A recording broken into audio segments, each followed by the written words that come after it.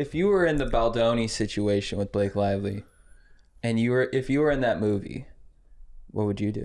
Well, I picked Jane the Virgin, as one of the best TV shows, and that's what. Was he the lead? Yeah, he was one of them. He met Baldoni. I did. You met Baldoni? Yeah. What was that like? Dude, he was, I was like, hey, my wife and I are big fans of your show. And he's like, oh, it's in her vid right now. Pull out your phone. Like,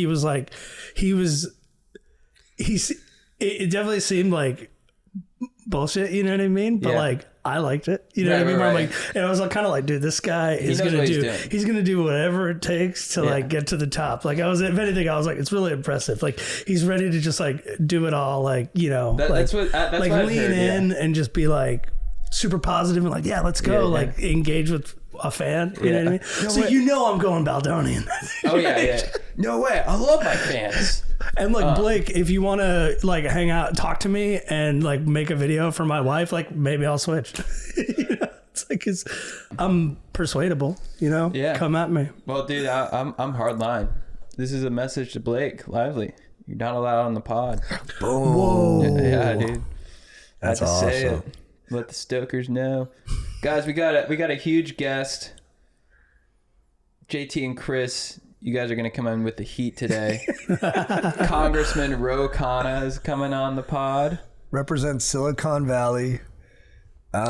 His main platform is economic patriotism. He wants to bring tech jobs all across the country, distribute the wealth a little bit. But then it's interesting because he does represent Silicon Valley, where there's $11 trillion worth of wealth.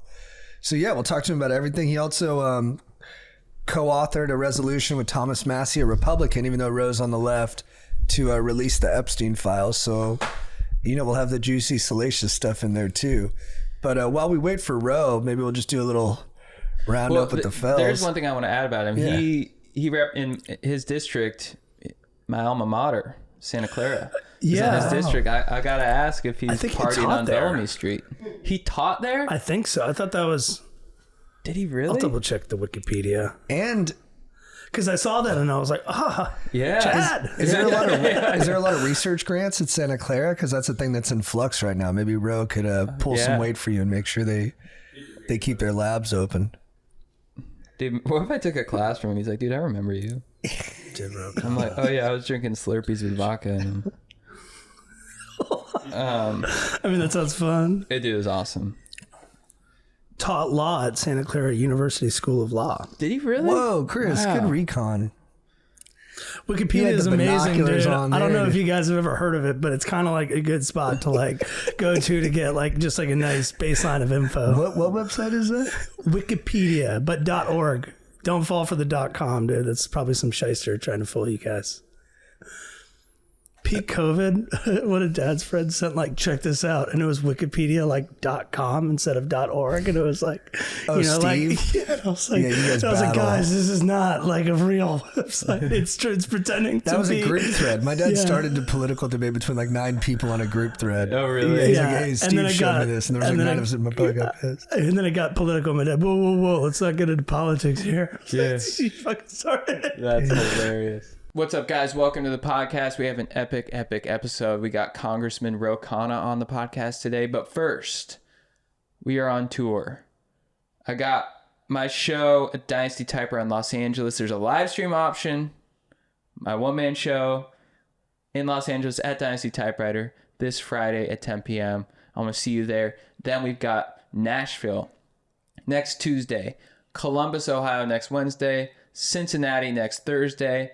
In November, we've got Pittsburgh, Pottstown, Philadelphia, Santa Cruz. Guys, get your tickets at chadandjt.com. Guys, we are brought to you by the legends at Brotegé. Special thanks to Brotegé, guys. Brotegé is the best loche for the bros, not the pros. They're giving away an almost all expenses paid trip to Warped Tour in Orlando. To enter, give Brotegé a follow at xBrotegéx on Instagram and DM deep to enter. Whoa. Oh, hey. Bro, megawatt smile, guys. dude. I love it. Yeah. How are you? I'm good. Thanks for having me on. Yeah, thanks for being on. Where are you right now? If you guys aren't in session, where do you reside? Well, I'm in D.C. We're trying to get the Congress back up and running. we can get into it, but they basically shut this place down because they don't want to vote on the Epstein file. So some of us are still here. Okay, so that was my first question, actually. Is that the reason they shut down? I know there's some other things they're battling about, but why do you think the current admin flipped on the Epstein files? That's the question I don't understand. When I initially did the bill with Thomas Massie as a Republican, I thought this would be a bipartisan bill. It's consistent with what Trump wanted to get the Epstein files released. I know the Speaker, Mike Johnson, wants that. I mean, I don't know what forces are preventing him from just saying that. He's a person of faith. He obviously doesn't condone the and abuse of these young girls. He, like many of us, met with the survivors. They talked about being at the age of 14 and then having to recruit junior high and high school girls, knowing that they would get knowing that they'd get farmed out to other rich and powerful men. There are about 2,000 victims. And all we're saying is release these Epstein files. And by the way, Trump is the one who made the biggest issue of it, as did J.D. Vance. So the question is, what is the force? What force is so powerful that it's not only preventing the release, but we don't have a vote? And this is just a fact. I mean, the day that we have a vote in Congress, like let's have a vote to pay our troops. How about we do that? The day we have a vote, Adelita Grijalva gets sworn in, and she becomes the 218th signature on this petition that Massie and I have. And that means 7 days later, we have a vote to release the Epstein files. So instead of swearing Grijalva in, they've literally shut down the Congress. We're having votes on nothing because they don't want to have this vote on releasing the Epstein files. And what do you think are in the Epstein files? I've heard you talk about Bradley Edwards and some of his remembrances of it. Can you expound on that a little bit? Yeah, he's seen Bradley Edwards, the lawyer for the survivors, has seen the files. David Boies, another lawyer for the survivors, has seen the files. These files have FBI interviews with some of the rich and powerful men who either covered up for Epstein or were involved in the crimes. David Boies has said that he thinks that it would be enough for some people to be held accountable and even face prosecution. Right now, 2,000 victims, and the only people have been prosecuted are Epstein and Maxwell. I mean, there are far more people who were implicated in this, and though that would all come out, we would see the witness interviews, we would see the FBI interviews that happened with other rich and powerful folks. And look, will it be embarrassing? Yes. Are there some people who aren't guilty of sleeping with underage girls or underage girls who may be mentioned? Yes, but I believe the American people have common sense, and if you got a contribution from Jeffrey Epstein, they're not going to besmirch you in a way that if you actually underage girls are covered up for Epstein, that you will face accountability. Bro, you're coming in hot. Yeah. Well, my question is, like, if they know that you're gonna have the vote, what are they delaying for? Because they'll have to open the government at some point. So what do you think the plan is? If it's to stop this vote, what's the end game? Well, I think they hope that we stop this long enough that people stop talking about it. People lose interest. That's been their strategy, right? They shut down the government over the summer, 2 weeks earlier, and then it came roaring back because the survivors actually came to the Capitol and talked about wanting justice. And I think they're hoping that if they just drag this out long enough, that people will stop worrying about it. My view is the opposite. You tell me, you guys. No, I don't think anybody's going to stop talking about it. I can't think of a story that people love to talk about more than Epstein. And that goes back for years. Yeah. I mean, look, you've got rich and powerful men who engaged in young girls. That's not a story that is just going to go away. And you have a lot of people who haven't been held accountable. And then the average person's I go through a red light, or I'm driving 35 miles an hour in a 25-mile zone, and there are these cameras, and I get a ticket. And I can't get away with any of this. I can't get away even with doing anything on my taxes that may be a decimal off. And you've got these people who are basically engaged in pedophilia and covering for a pedophilic, and they're getting away with it because there are no politicians and they're rich. This is sort of the problem that people have with the government right now. And that's why right and left, this has brought people together, progressives, MAGA, independents, to get the files released. And I've never had more support, candidly, from people in MAGA than on this issue. And then, so why weren't the files released during the previous administration? It's a fair point. I've been calling for the files to be released since 2019. I tweeted out when Elijah Cummings was the oversight chair that we should be doing these investigations. The Biden administration had two court orders of some release, but you can argue that we should have had more of them released under the Biden administration. I'm not going to say that it couldn't have happened, but now you have the president campaign on it. And by the way, none of us criticized him when he said they were going to release the files. Massey didn't, I didn't. We thought they were going to release the files. It's only when Pam Bondi goes on television and says, well, there's nothing more to release, that we started to speak out.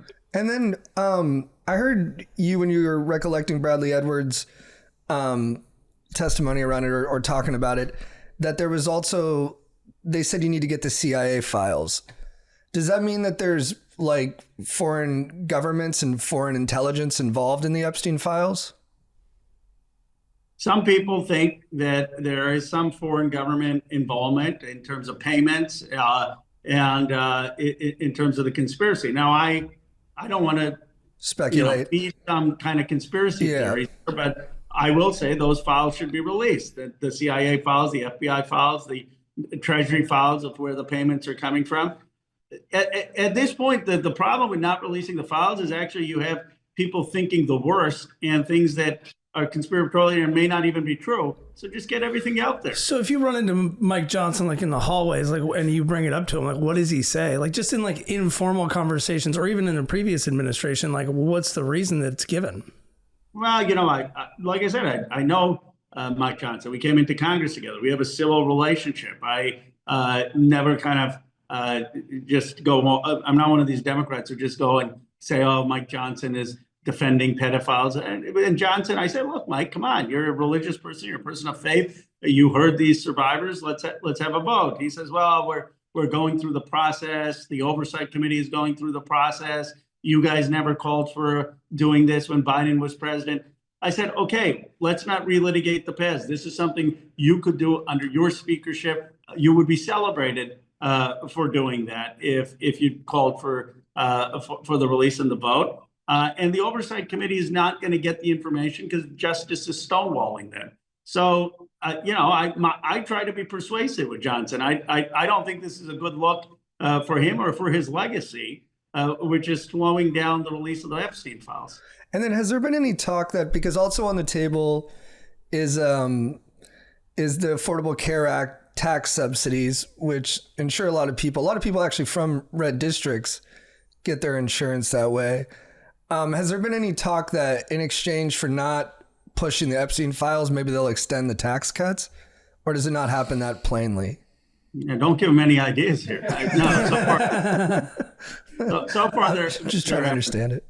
Yeah, there haven't been any of those conversations. Look, you've got people like Marjorie Taylor Greene now saying not only release the Epstein files, but the insurance system is broken. I mean, why is it that we're paying so much money to these insurance companies? $71 billion of insurance profits last year. The CEO's making $140 million collectively, and premiums are doubling in this country. And then even when you have insurance, you still got to pay the deductible. You still got the co-pays. The system is broken. And in my view, we need national health insurance, Medicare for all. Everyone gets covered, no deductibles, no premiums. But certainly the current system is not working, and people's premiums are going to double if we don't do anything starting November 1st. Because the hospitals will have more uncompensated care costs, so that'll get offloaded to the people who actually can't afford the insurance? Well, there are two issues. One are the Medicaid cuts that they had. That means everyone's healthcare is going to go up. There was $1 trillion of Medicaid cuts. And so if Medicaid's not paying for it, these hospitals are going to have to charge private insurance more. That gets passed down to the consumer. But what we're debating now is the 24 million folks who are on the exchanges. As you pointed out, many in red states, they will have a doubling of their premiums if we don't pass the tax credits to extend the assistance to people. Now, I agree that the whole system is broken, and that's why I think we need to move away from this private insurance that are just sucking out money from the American people and enriching themselves, and have national health insurance, Medicare for all. And even Marjorie Taylor Greene now is talking about insurance not working. And I think more and more people across the aisle are recognizing that the system we have is just broken. In this scenario, if you were to Medicare for all, would you eradicate private insurance completely?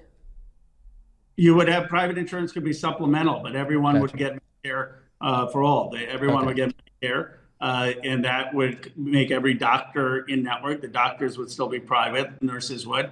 And then if you didn't like Medicare and you thought, okay, I want more things than Medicare doesn't cover, you still obviously can have a supplemental private insurance, or you could have concierge medicine. But everyone should have the basics of Medicare for all from day one, and you shouldn't have all these high premiums and deductibles. And people say, how are you going to pay for it? Well, first of all, you can tax, in my view, more of the billionaires in my district, soon to some to be trillionaires. We should have a wealth tax. And by the way, you can tax employers, because employers right now much rather pay a tax to government and have cheaper health care than what they're doing in terms of paying 30% of their payroll to these private insurance companies. So there's a way that you can pay for it. And I think it's a much better system. And then before we get into some of the other sticking points in the shutdown, one thing that you've been in favor of that Trump's proposing is selling prescription drugs through a government kind of a marketplace so people can get cheaper medicine. An argument I've heard against that is that if we start putting price caps on medicine, it could stymie R&D for new medicine. Do you have a take on that? Yeah, first of all, why should Americans be paying more than Japan and Britain and every other country in the world? I actually agree with President Trump. I introduced his executive order as legislation. We should be subsidizing the entire world. They can pay more too if it's about R&D. Why is it that Americans should be having all of the burden?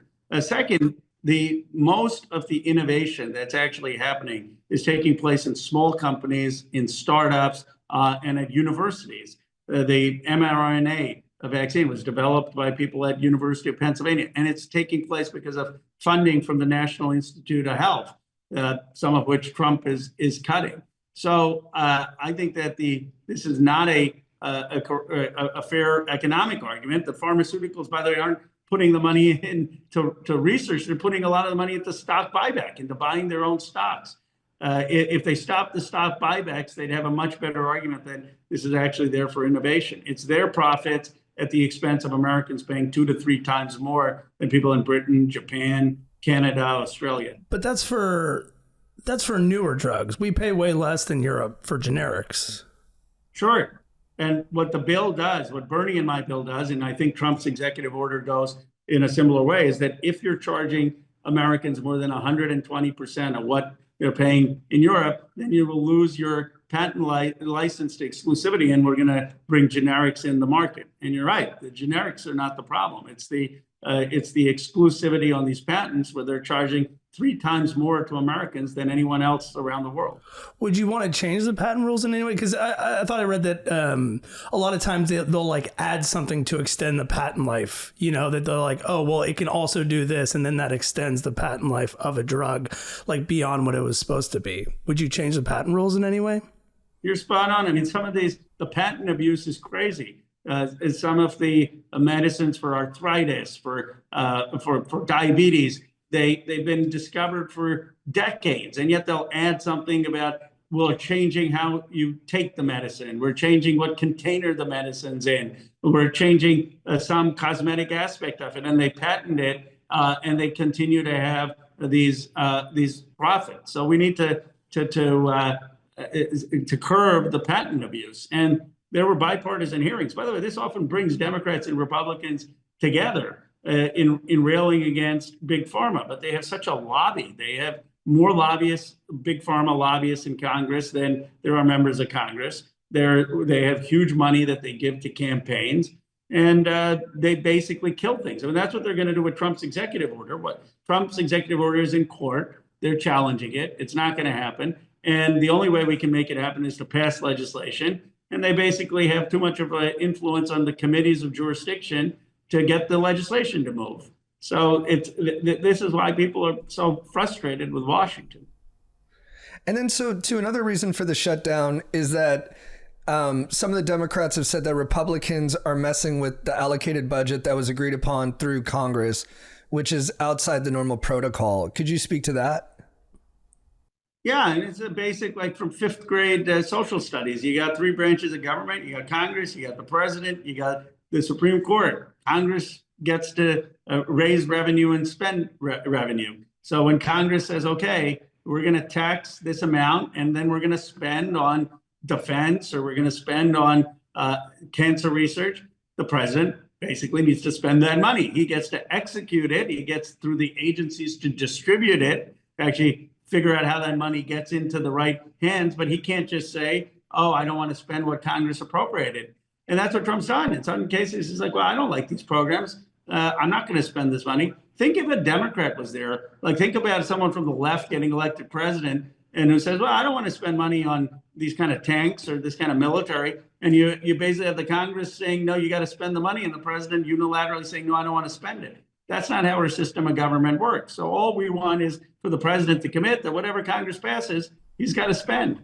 And then so I hear a lot of hectoring from my friends on the left who are like, they're tired of Democrats just doing this like kind of strongly worded condemnation stuff, but not taking more like urgent action. But like if you don't have the executive, if the Supreme Court's ruling 95% of the time with the Trump admin, and they have Congress, like what power do you have to stop some of these things?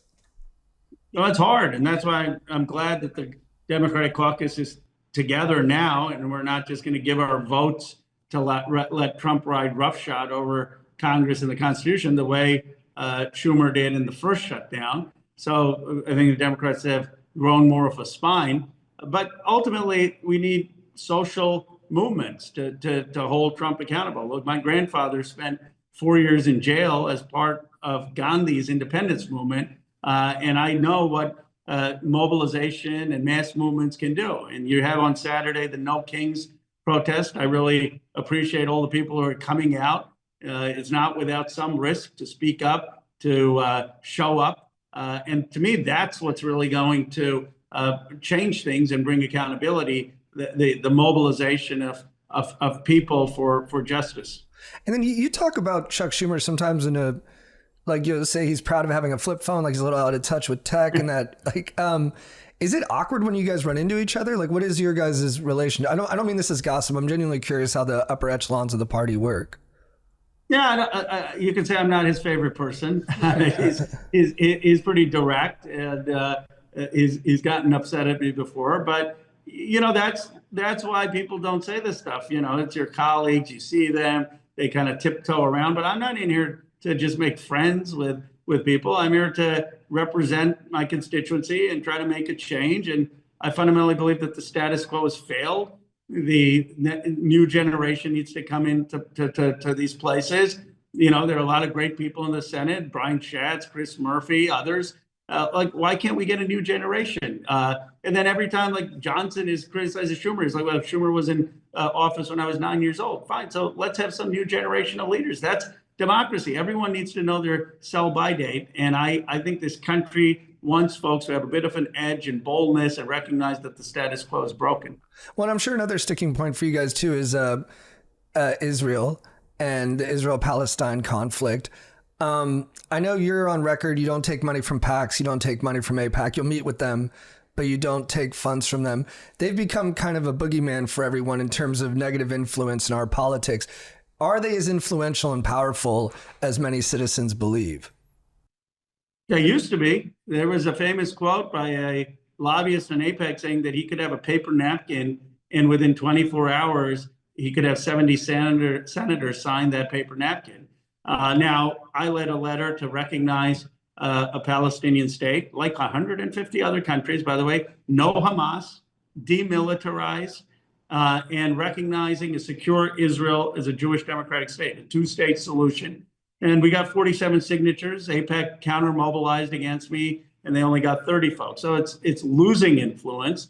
But in the past, they have been powerful. But what I've said is you got to criticize all of the PACs, all of the lobbyists, and not just single out one PAC. I mean, what they're doing is legal under Citizens United, and other PACs and other lobbyists do it. I founded the No PAC Lobbyists Caucus, no PAC money, no lobby money, and no super PACs.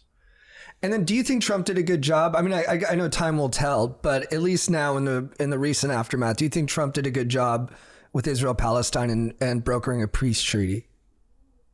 Yes, I give him credit for the release of the hostages and to have the gumption to stand up to Netanyahu and to say stop bombing and withdraw. You know, he's not Voldemort. I'm one of the Democrats who tweeted out, like, fine, let's give President Trump and his team credit because we got the hostages out and Israel has stopped bombing. Now, do I think that's peace in the Middle East? No, but, you know, I try to call balls and strikes. And as an American, I'm glad that the American president and his team secured the release of these hostages and got Netanyahu to stop bombing and withdraw. And I think one of the lessons is you have to be willing to stand up both to Hamas and to Netanyahu to make progress. And my hope is that this continues, the ceasefire, and that we move towards a two-state solution. But, you know, there's a lot that remains to be seen. In the recent election, Silicon Valley, kind of for the first time, went from left to right. What do you attribute that to? Well, I attribute it to not having being positive on technology and innovation and engaging some of these folks. I attribute some of them to the cancel culture, First Amendment. You know, people felt that that we had gone too far in becoming scolds and not standing up for freedom of speech. And I attribute it to some of it opportunism. They thought Donald Trump would win, and they, you know, a lot of them started out with DeSantis or others, and then some with Robert Kennedy, and then they hitched themselves to Trump when it looked like he was going to win. Do you want to ask about the hubs? Oh, yeah. Well, because you've talked about having like you want to bring Silicon Valley to the rest, you know, and have economic and tech hubs spread throughout the U.S. Is that something that you're still like? And I see a lot of like tech CEOs, you know, we're at the inauguration. Like, is this a time where you feel like that's achievable? I think we've got to build the 21st century economy across this country, right? I mean, my view is we need a Marshall Plan for America. You've got $14 trillion in my district, 5 companies over $1 trillion. And the sole Democratic message, the top message should be, we have a vision for how your community, your family is going to have economic success in the 21st century. And my view is Donald Trump's kind of a 1980s guy, real estate guy, who's offering 19th century policies. Let's go have a land grab, like we have an illegal Canadian-American war, like we had a Mexican-American war. That's not how you build modern wealth, nor is it just through blanket tariffs. I mean, why are we having a tariff on coffee? We don't make it here.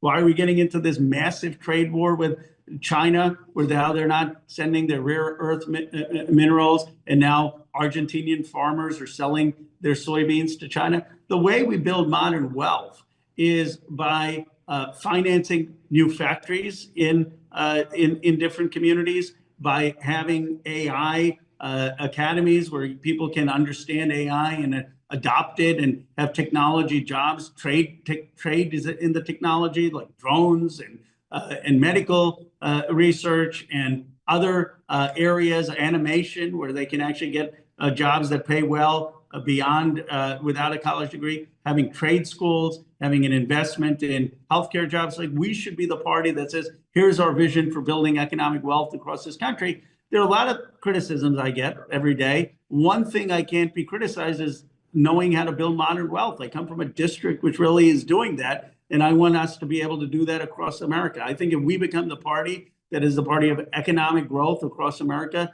we're going to win. Isn't part of it, though, that the agglomeration effects of it being in one place, like that's what like San Francisco was the place to be for tech. So like that's why the more people that move there, the more that people were jumping companies and doing that. Like, how do you really spread that to other areas? How do you even pick one of like, you guys are going to do this, you guys are going to do that? I'm not opposed to industrial policy and like trying, but like it does seem hard to pick winners and even where to put them.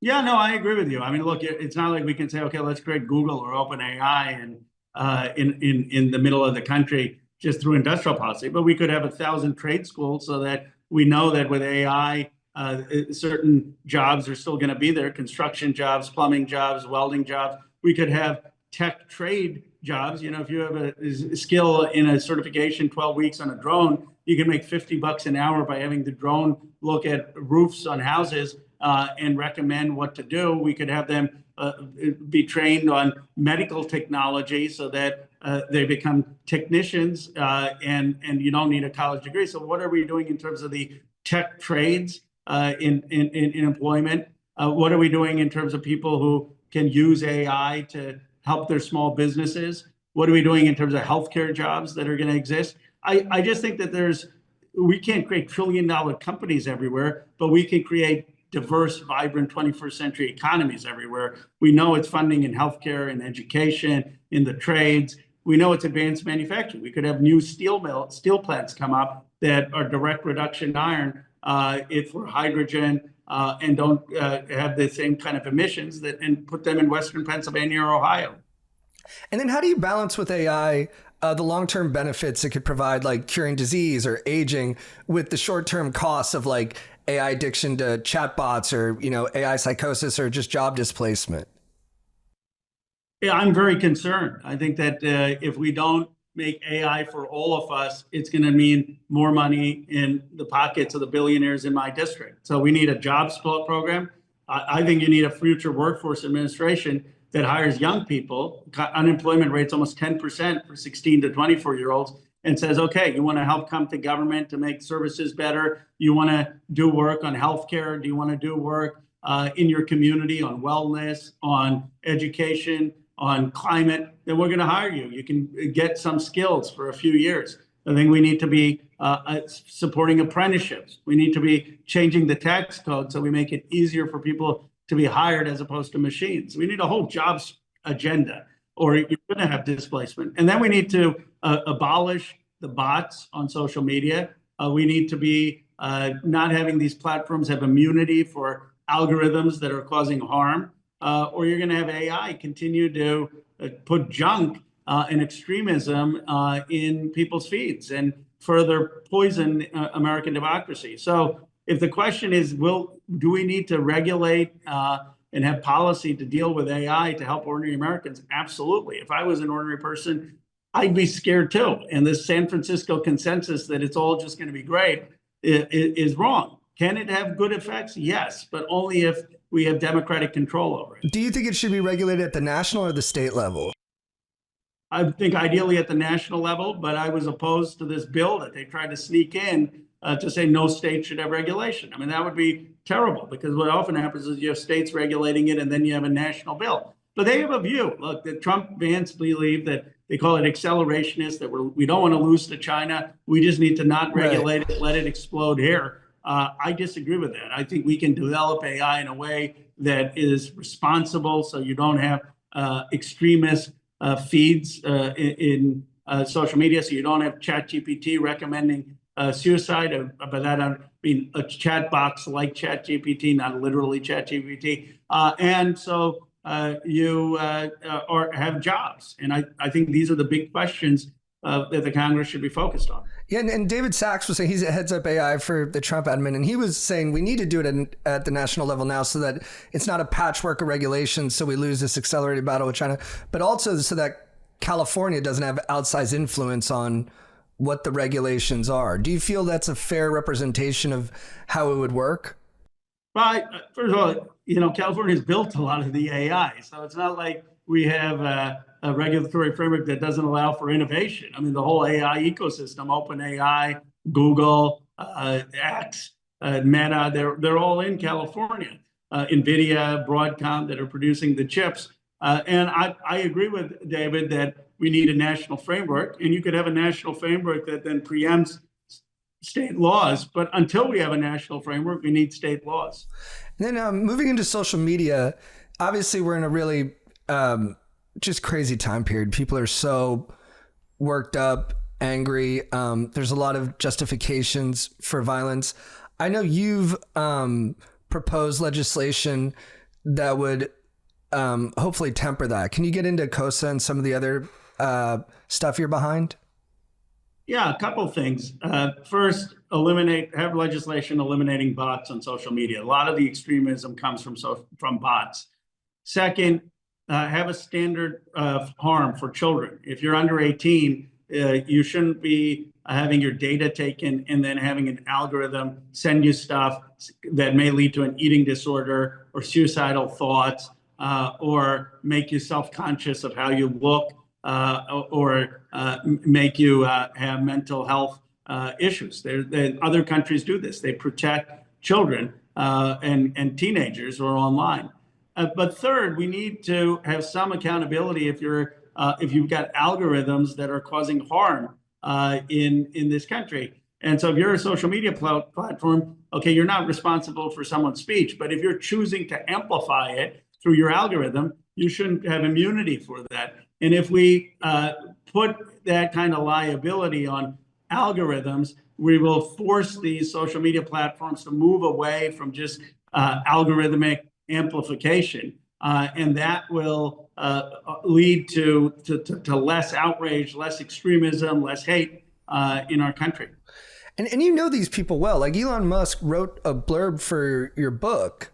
Yeah. And you guys have since kind of, your relationship is frayed a little bit because of Doge and other things. Overall, do you have tech optimism? Do you think that these kind of innovators and powerful people are working towards a better, more prosperous country for all of us?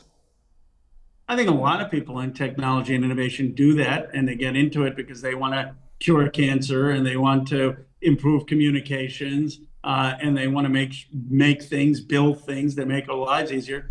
But they have too much power right now. They can have huge money on super PACs.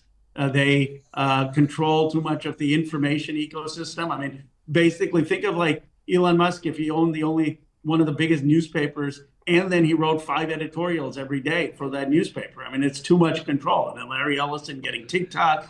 And yeah, his consolidation of power is really freaking me out. That's been one that sent me into a conspiracy spiral where I'm like, he has TikTok. I get that Oracle was doing the data for TikTok for a while, so it wasn't just like gifted to him from the admin. But then, his son has also taken over 3/4 of the Hollywood establishment. I know people were annoyed with Lena Khan and they thought she slowed business too much and like M&A wasn't happening. But are we overcorrecting the other way? Is there too much consolidation of power right now? There is. And I supported Lena Khan. I think Lena Khan's work was important on consolidation. But right now, the scariest thing is basically you got, Zuckerberg in charge of Instagram and Facebook, Elon in charge of X, Larry Ellison, who's going to be in charge of TikTok. This is how our young people often are getting information, and they get to decide the algorithms of what people are seeing. This should really be concerning. Would we allow 3 of these billionaires to, in the 1960s and 70s, have owned ABC, CBS, and NBC and gotten to decide who were anchors? And they own all of Hawaii. Huh? They own like all of Hawaii. They own, yeah. They do own a lot. Doesn't Ellison own 98% of Illinois? But yeah, they do. They're like private islands, and some of them are trying to create. But Illinois is one of the main islands. He's got 98% of it. Yeah, I didn't know that, but that's more. And they should be taxed. Like, why can't we have a wealth tax? Why if Elon Musk becomes a trillionaire, which is his goal, and you taxed it 5%, $1 trillion, you would be able to have free public college for everyone in America. Like, why can't we tax these people 2, 3, 4% on their if you're making over 100, if you're worth over $100 million? And so tax them, stop the super PACs, stop the consolidation. And I think that because I represent technology, I understand stuff, and I'm willing to speak out against sort of a tech oligarchy. That doesn't make me anti-innovation. It just means that I don't believe a few people should control our future. And what's the smarter way to? Sorry, go ahead. I'm curious about the algorithms and proposing legislation on algorithms. Are you thinking that of passing laws that would prevent these companies from making it addictive, kind of treating it like we treated cigarettes or alcohol back in the day? Is that something that you're thinking? Here's what we could say, that if you have an algorithm that causes emotional mental health issues, especially for young people, or more generally, if causes suicide, then you can be held liable for that. Right now, they have Section 230 immunity, which basically means they get to design the platform and they're not liable for anything unless they have a copyright violation. I think they need to be held liable for the harm that their algorithmic choices are causing, and they should not have blanket Section 230 immunity for that. And that really would be one of the biggest fixes we could have, not just to the harm that's happening in the country right now to young people or to individuals addicted to social media, but also the toxicity of our conversation. Because if I say something outrageous right now, I don't plan on, but if I did, you'd go viral. And if I don't, you still have a huge following, so you'll do fine. But the point is, we reward the most dumb, outrageous statements.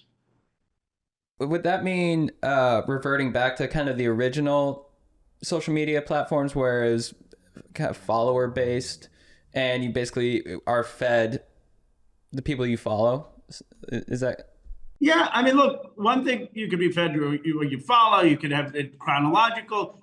I just would, right now it's just maximized for getting you hooked on spending the most time online, and it sends outrage. That's its business model. It sells outrage. It preys on our weakest emotions, and I'm not immune to that. If something is funny or conflict oriented and I'm browsing through X, I probably am going to click on that too. And so what we're trying to do is say, well, can there be a different model? And to me, if you start to have liability for algorithms that cause harm, then you get these social media companies to say, you know what, we can't just do the algorithmic model. We've got to think of other ways of monetizing. And there are other ways they can monetize. They can have subscriptions. They can do ads without the kind of outrage. So there needs to be reform. It just seems so hard to decide what made some what. How do you determine harm? And it seems like people just negativity. Like there's a negativity bias in news, on cable news. Should we have people stop having such negative stories on CNN or Fox? I guess what's the distinction between the algorithmic feed that you're getting fed? We lost you, Ro. I think he's muted, yeah. Ro, you're muted. You look like you're cooking.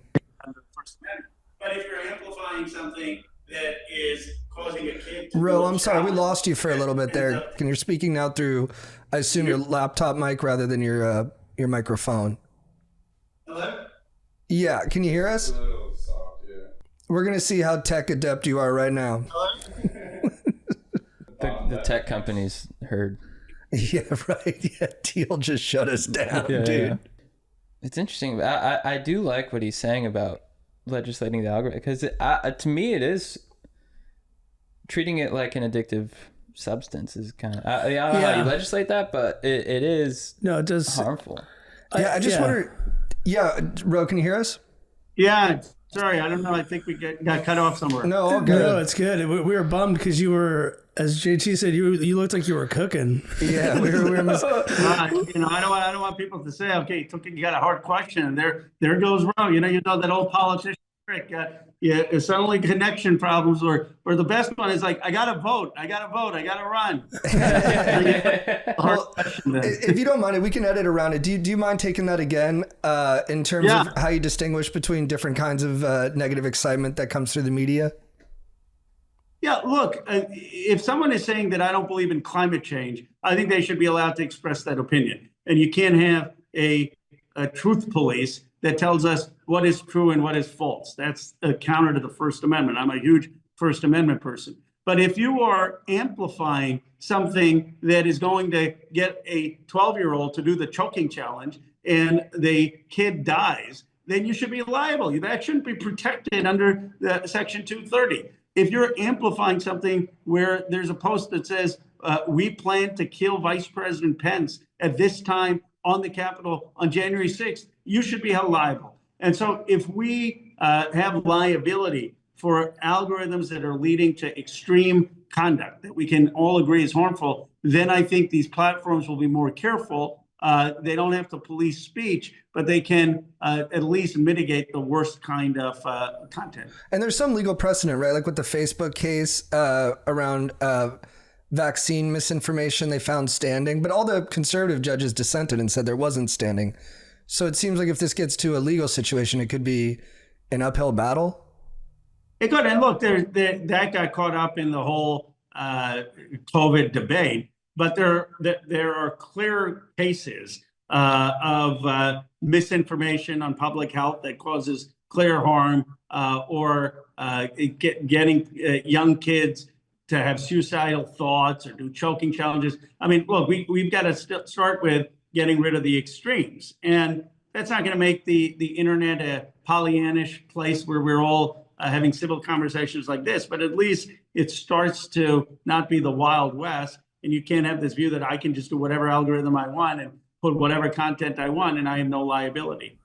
Especially with X, I had to delete X because the algorithm was just serving me murder videos. I'm like, I don't want to go on a social media platform and see people dying every day. It's pretty disturbing. I know when I only do the following page, but I know when I've accidentally clicked over for you within like a second. Oh yeah. Because it's just like, it's like, this isn't my vibe. Like, it's just so, it's just wackier, like immediately. Like, yeah. It's horrific. Yeah. And the other thing is you should have control over your own data, because we get these big companies, they get all your data, and then they're able to target individuals with these kind of algorithms. And I called in 2017 with Tim Berners-Lee, who was the founder of the World Wide Web. We called for an Internet Bill of Rights, saying, you should have sovereignty over your data. And by the way, they don't even give the American people a check. If you got a check every year just for your data, it's not a huge amount, but you get about $500. Instead, all that money is just being piled up in these tech companies. That's how, in part, they've become these trillion-dollar behemoths. Those are called data dividends. Is that what you called it? Data dividends, yeah. And it's not going to change your life, right? Change your life, but people, if you get $500 at the end of it for all the data they're taking, you should get that, and yet at the very least you should have a choice about it in terms of whether you want to give all your data to them so that they can do a For You page. I love that. I did see. So you've been outspoken that Congress, like the Trust Act, should not be able to buy and sell stocks. But then I read that your wife has like a super active stock portfolio. What's up with that? It's a trust. It was before marriage. No claim over it, nothing. And it's in like an index fund. It's in a trust. And the Trust Act would require basically every member of Congress not to trade and to have in trusts. But so would we get transparency on the whole fam, or would it just be the congresspersons? No, it's the whole family, the trust. But it requires people to be in a trust, which is exactly what eliminates conflict of interest. And then this is more personal. I recently saw Vivek Ramaswamy doing like a town hall meeting in Ohio where he's running for governor, and he was getting grilled by Christians for not being Christian enough. As a fellow Hindu man, did you have any feelings around that? What did you make of it? Well, I actually came to his defense, Vivek. So Vivek and I have had conversations, and I said that I thought he was thoughtful with that young man. He'd read the Constitution, and Article 6 of the Constitution says there's no religious test for political office. And then he talked about our founders, Thomas Jefferson, being a deist and believing in a God, but not having to be part of a particular church. I think it's important to have people of faith in a government, but I'm proud of my faith. Of being a Hindu, Hinduism is a monotheistic faith. You believe in God, and it believes that you have a duty to your family, you have a duty to the country. The person who inspired my politics was my grandfather. He was in jail alongside Gandhi for 4 years, fighting for India's independence and standing up for human rights. That was because of his faith and in Hinduism. So I think what's important is to have people of faith who have values of a duty to country, a duty to family, wanting to do right. And I thought Vivek handled that well. People have a right to ask politicians any question. And a lot of times folks don't want to come on to shows like you because It's not like you sent me all the questions, and they don't want to take a question that makes them uncomfortable. And so I think you got to go out, and obviously people have the right to say, okay, if you're of a faith that I'm not of, what does this mean for your values? But to me, I believe in Lincoln, that we have a political religion in this country, and that's a adherence to the Constitution. When I was sworn in Congress, I swore in on the Constitution. I wish we had more reverence for the Constitution these days, and that to me is really what our issue should be. This is another personal question. I was very psyched to read that you taught law at Santa Clara University. Is that correct? I did. I taught 1 or 2 classes there. I taught more. I taught for 4 years economics at Stanford, but I had the opportunity to do a class at Santa Clara. Do you have a connection to the Broncos? That's where I went to college. So I was. Oh, it's a great university, and it's in my district, and I go there all the time. I love that. And I know you weren't a student, but I have to ask, did you ever get a chance to party on Bellamy Street? I did. I had students who did. What did you study there? Philosophy. Wow. Yeah. Wow. A heavy duty major. Well, it's an incredible place. It's a beautiful campus. A lot of great values. People really are active there in the community. It's a big part of Santa Clara. I go there all the time. We have events there. My district office is right near Santa Clara University. So come by. We'll head back to the campus. Oh, that'd be great. You were a business major, right? Economics major. Copy. And it's so sort of tangential to that, a thing that's been kind of spinning me out. Both parties seem committed to spending, despite the fact that we're $30 trillion in debt, and paying interest on that debt has become a number one line item. Are we screwed? Well, I have a plan, and people can Google it, that would lower our debt and deficit, our debt by $12 trillion over 10 years. And it would be by taxing more, taxing the billionaires, taxing inheritance. And would that be income tax, or would that be capital gains?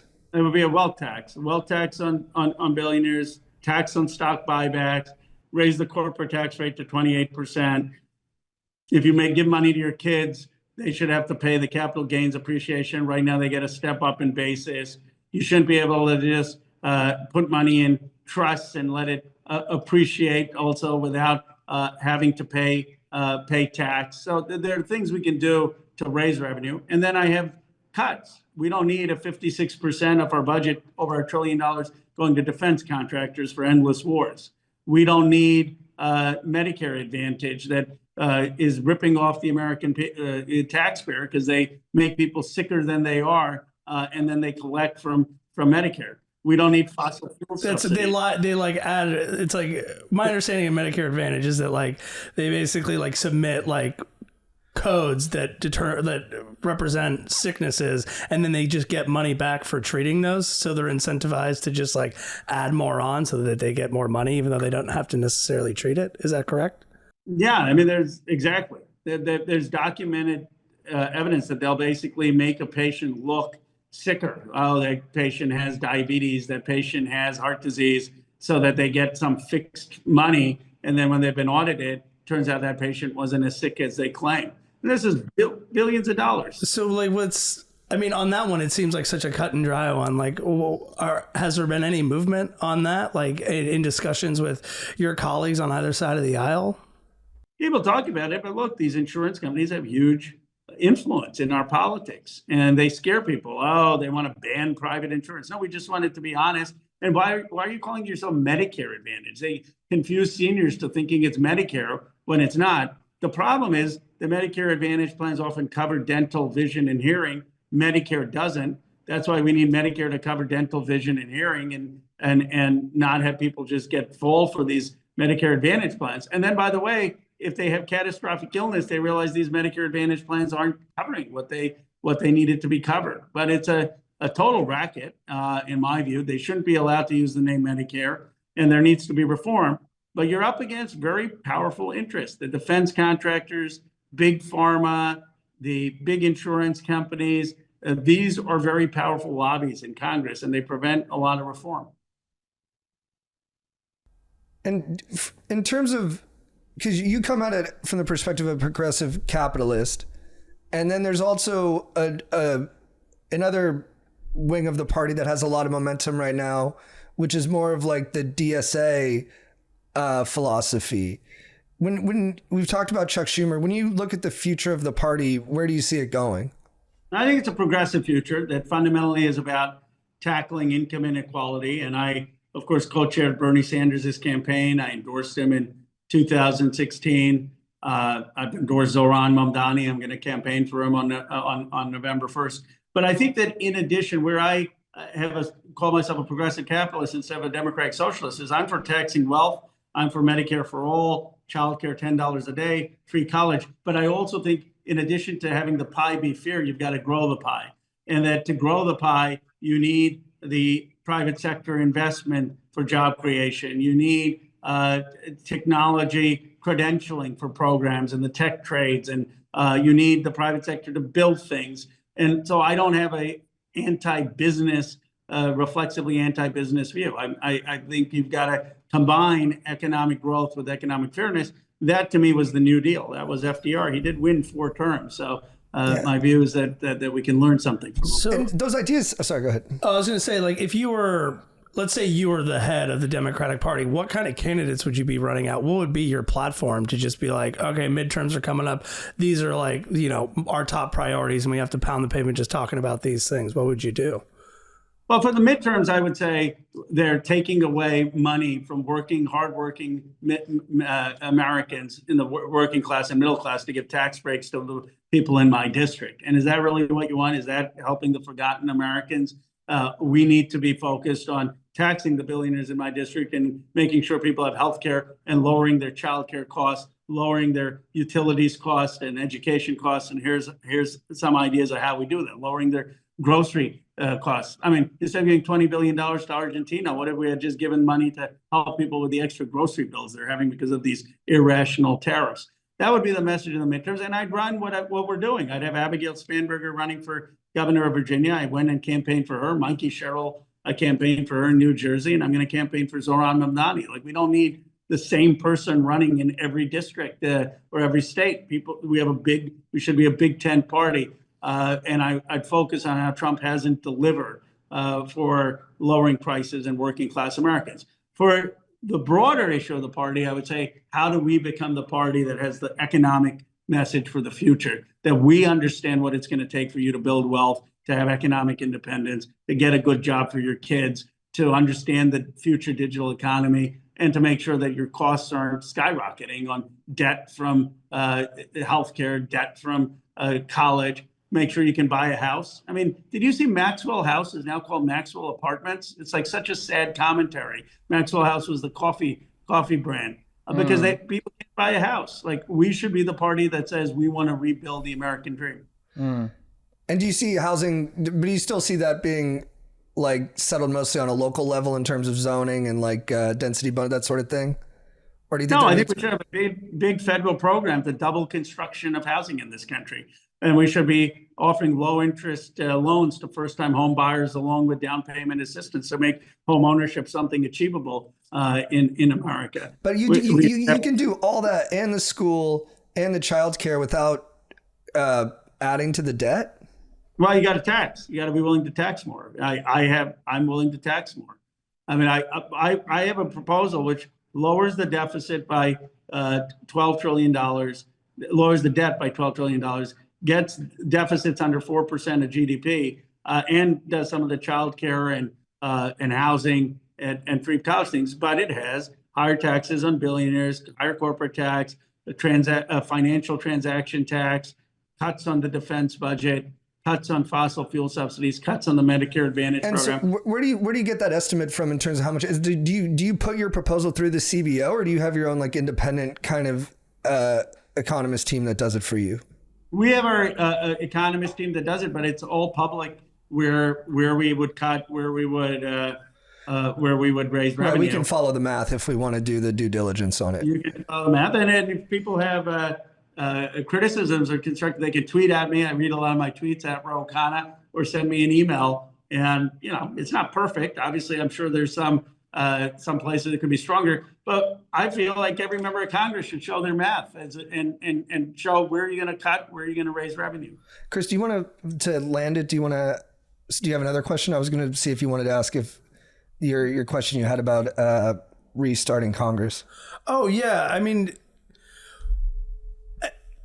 so is there any way that the Republicans can, like, what in your mind do the Republicans do? Like, what would they have to capitulate on to get the government reopened? Because they do need Democratic votes to reopen the government, correct? Well, first, they could actually just reopen the government. They've got 51 senators. They've got the Republicans in the House, and they have the presidency. I've been against the filibuster consistently. When Biden was president, I thought we should have gotten rid of it to pass the Voting Rights Act and to raise the living wage. But they've already gotten rid of the filibuster to confirm Trump's appointees and to confirm Trump's judges. So why not say that? How do they get rid of the filibuster for some things, but it's not just like, but it still exists? Like, I guess I'm confused on that point.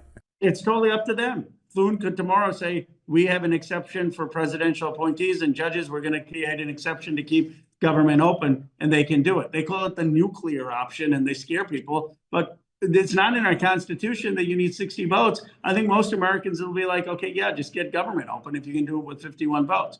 So I think this point, though obvious, hasn't been made enough. That I was going to say, why aren't I hearing this shouted from the rooftops? Because I've actually heard it referenced, like, well, they could just reopen the government, but then I'm like, how? Don't they need 60 votes? But you're saying they can bypass that. I just had no idea. That seems crazy. They can bypass it, and they've done it for Trump's appointments, and they've done it for Trump's judges. I think the average person where I grew up in Pennsylvania is like, I'd rather you keep the government open so the troops can get paid and the people who are helping deal with my Social Security checks can get paid, then you get some presidential appointee confirmed. There should be, in my view, there shouldn't be the filibuster, but at the very least, there should be an exception to keep the government open and pass a continuing resolution. You should be able to do it with 51 votes. Either party. Do you think the parties keep the filibuster because it just gives them a built-in excuse to not actually legislate?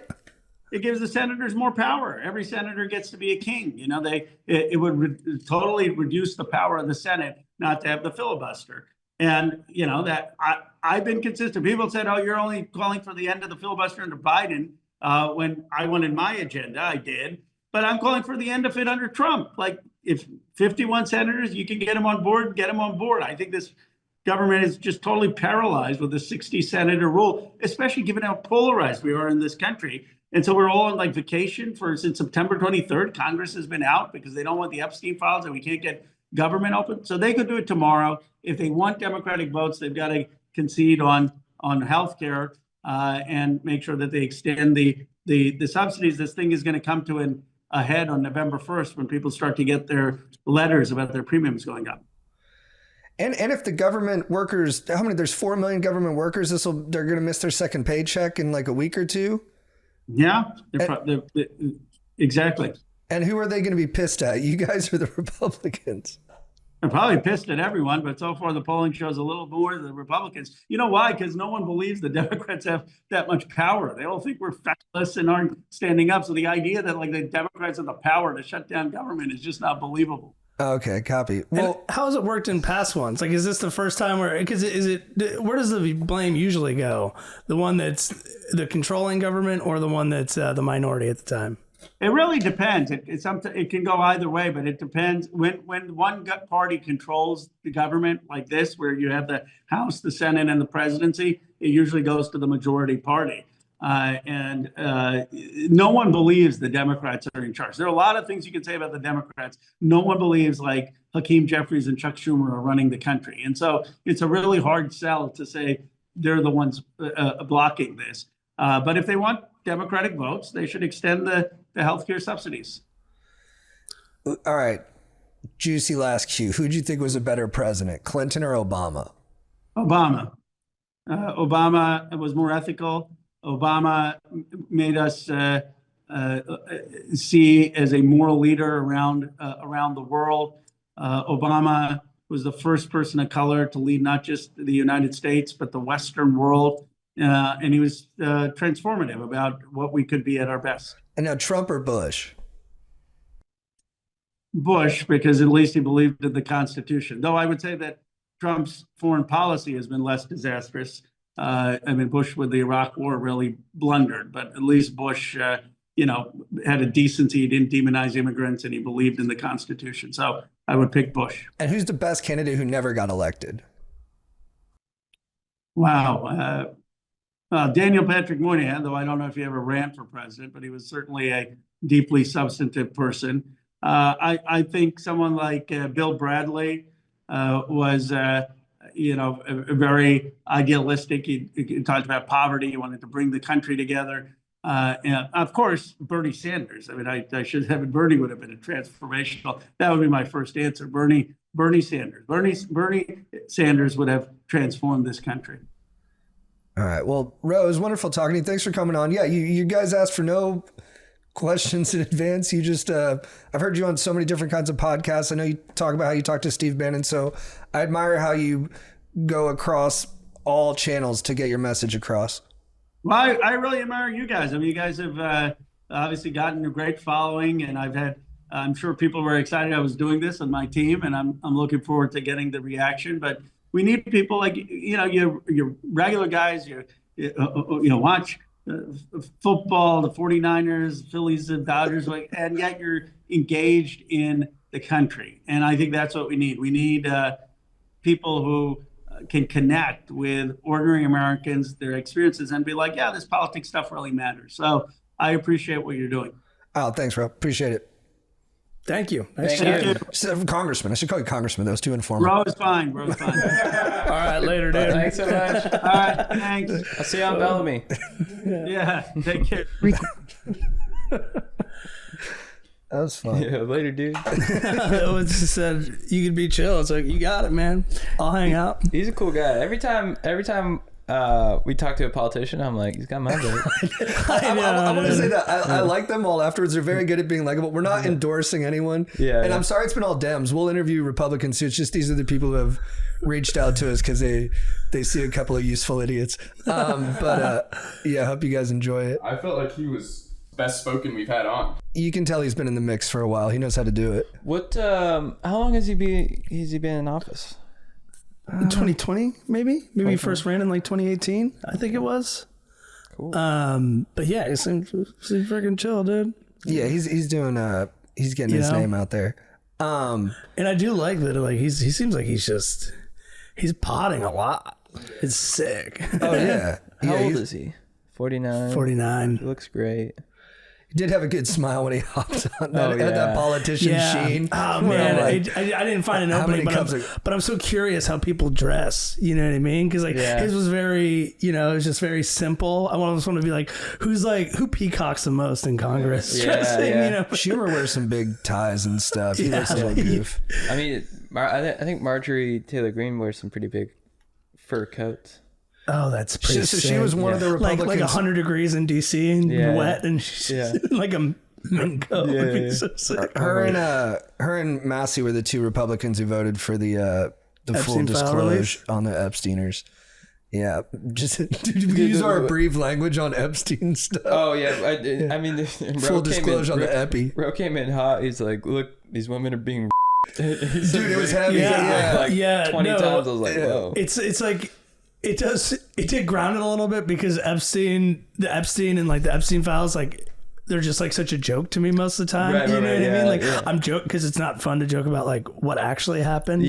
Like that's more like you're joking about. Right. Yeah, this is. That was the one thing his team said he wanted to talk about. Yeah. I was like, we'll talk about this, and this, and then they're like, give us some Epstein, baby. Yeah.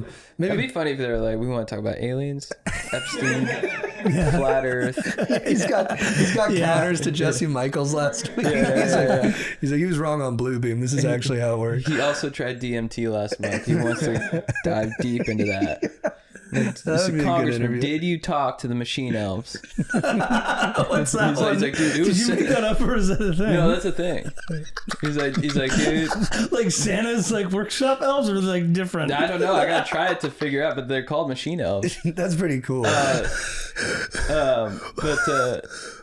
Oh, that's a DMT product. Yeah. Oh, I thought it was a conspiracy theory like aliens. No, I think you do see them. You do see. Yeah. When you go into hyperspace. Look, Lex Friedman covered it. Yeah, they just pop up and they're like, hey, what up, dude? And you're like, is this the other dimension? They're like, yeah, it's pretty sick over here. That's what happened. Yeah, duh. Of course that would happen. So he's like, Congressman, how are the elves? He's like, dude, like, it was pretty sick. What's up, guys? I'm interrupting this podcast to let you know once again that we are brought to you by Protégé, the best bros for the pros, Loesch in the game, guys. I love Loesch. I love applying Loesch because of Protégé. I didn't even think about Loesch before Protégé, but then they're like, hey, we got an all-in-one formula. You don't have to go through all the rigmarole of like, oh, here's a tonic and here's a late night serum and here's something, for your gooch. It's like, no, all in one. If you're a dude, all in one, just put it on your face, got some retinol, got some SPF. It's going to keep, the face is like a catcher's mitt. You got to keep it moisturized so it doesn't dry out. Keep that face moisturized. I've seen a noticeable difference in like photos and stuff once I started lotioning. Like you can see it, and I want that for you guys. I've had a huge improvement. I mean, like, you guys could all grill me right now and say it doesn't look better, but I'm telling you, it makes a difference. I do the age thing. I've reduced some fine lines. I've added some dewiness. I'm feeling the dewiness is sick. The dewiness is huge, and the pores are small. I got huge pores. They're like, it looks like a golf ball, and like I got them smaller, dude. So I'm fighting the fight. I love it. Protégé is the best. And guys, Protégé is running a giveaway for an almost all expenses paid trip to Warped Tour in Orlando. 2 round trip flights, 2-night hotel stay, 2 tickets to both Warped Tour dates in Orlando, November 15th and 16th. Here's how to enter. Follow at xProtégéX on Instagram. DM the word deep. That's literally it. Protégé equals simple, no BS skincare for dudes. DM the word deep to at xProtégéX on Instagram to enter. Guys, we are brought to you by my favorite hair care company in the world, Highland Style. I love Highland Style. Look, I was talking about products I used last year on the pod, and a lot of people DM me. They're like, dude, there's gnarly products in those. Honestly, it could contribute to hair loss. It's making your hair unhealthy, that's for sure. Highland Style reached out. They just sent over. They're like, dude, try this for your flow. It's got safe ingredients, all natural, good dudes. They're in Colorado. They care about the earth. Just solid, epic people. And I tried it, and I was like, one try, and I was like, I'm a Highland Style guy. Let's go. I love it. Highland Style is the best for your flow. Keeps your hair healthy. You can use it, and you can be like, I feel like I'm using a fun, conscientious company for my flow. And that's why I like them so much. And it's just a great product. A lot of people are sick of styling their hair with toxic goop, packaged in plastic. Not with Highland. Boone and Chad DM'd. I'm Chad. Boone and Chad DM'd about the Garnier Surf Cream I was using and how I could take better care of. I mean, the guy's name is Boone. You gotta love a guy named Boone. Boone. Highland Style is free from the nasty shit that harms your hair, scalp, and overall health. Highland's award-winning products are formulated with wild and natural ingredients that are backed by science, plus they're reef and coral safe. Carried online and in the best barbershops and salons across the country, Highland is changing how people care for their hair one dome at a time. Guys, go to www.highland.style/deep or use code GODEEP at checkout. That's www.highland, HIGHLAND.style/deep or use code GODEEP at checkout. Awesome. Dude, listeners, one more thing. I might change my intro from boom clap to jama. I guess that's how they say hello in Uganda. So message me and let me know which one you prefer. Dude, nice. That's sick. Dude, quick piv too. I got to give condolences and so much grace and remembrance to 2 legends. D'Angelo, one of the best R&B artists of all time, passed away. And then, bro, I was not expecting to get rocked so hard by this. Diane Keaton, man. Yeah. Two tough ones, like back to back. And just different vibes, and you both felt unexpected. 79, it's not young, but like she never seemed old. No, that's it. Yeah, because she aged so beautifully. And then D'Angelo, what was 51? Do you remember you, me, and Dad, and we watched First Wives Club together? I love that movie. Yeah, it's probably it's kind of it's the first movie that I think of when I think of Diane Keaton. I watched it this weekend. She's incredible in it. That was the one that I was like, and a friend on a group text was like, I need to watch First Wives Club now, and I was like, it's such a fun movie. So don't tell me what to do. It ends with a musical number. Don't tell me just what like to three say. friends just start singing, and there's like it's awesome. Yeah, rest in peace to them. Legends. What else you guys been up to? I got a hot take. Go, baby. I can hit you guys with. Dude, I think we should be nicer to football players. You think we're mean to? Oh yeah, like fantasy. Yeah. Yeah. No.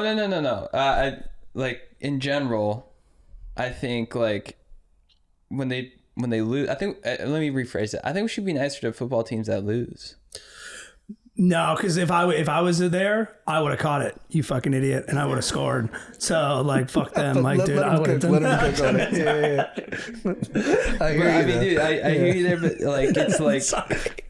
It's like, you know, people will be like, you suck, you know, you're a piece of shit, like you know, Stephen A will just rip a new beehole. He is a loser. Yeah, you're a loser. Yeah. And I'm like, they're human beings, they're people. And are they trying their best? They're trying their best 95% of the time. I think we should get stoked on them for just participating. Be like, dude, tough break, but I'm glad he participated.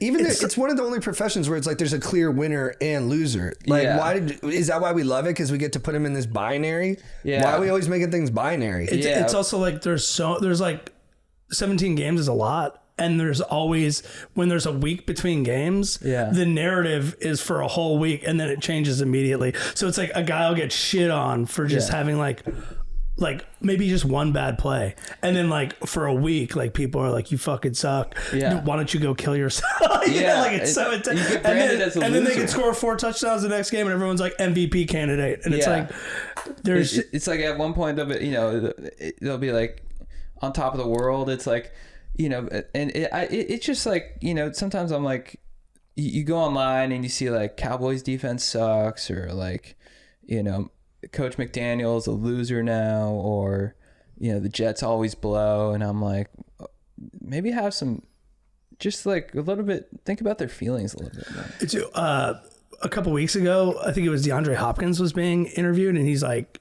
you know, he's a little bit later in his career, but like was like an amazing receiver. Somebody's like, you know, like this and this person was talking, like, does that motivate you? And he's like, no, I would say that my dad dying when I was young and my mom going blind motivates me. You know, like real stuff.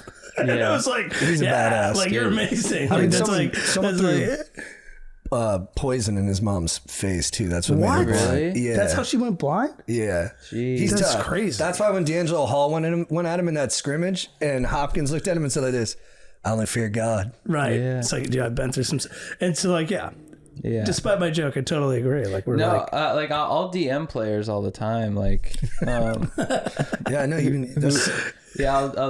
Who lost last weekend? The Jaguars. I DM Trevor Lawrence. I'm like, dude, like, you did lose my fandom, but I still really respect you as a dude, and I don't think this should get you down. That's another good thing to talk about. Yeah. Is that so this football season you came in as a Jaguars fan. A Rams fan. Yeah. But that happened last year, right? That like transition? 2 years ago I was a Jaguars fan, then I became a Rams fan. Okay. I came in this season a Rams fan. And then they were kind of slow out the gates, and the Jaguars were doing well. So then you flip.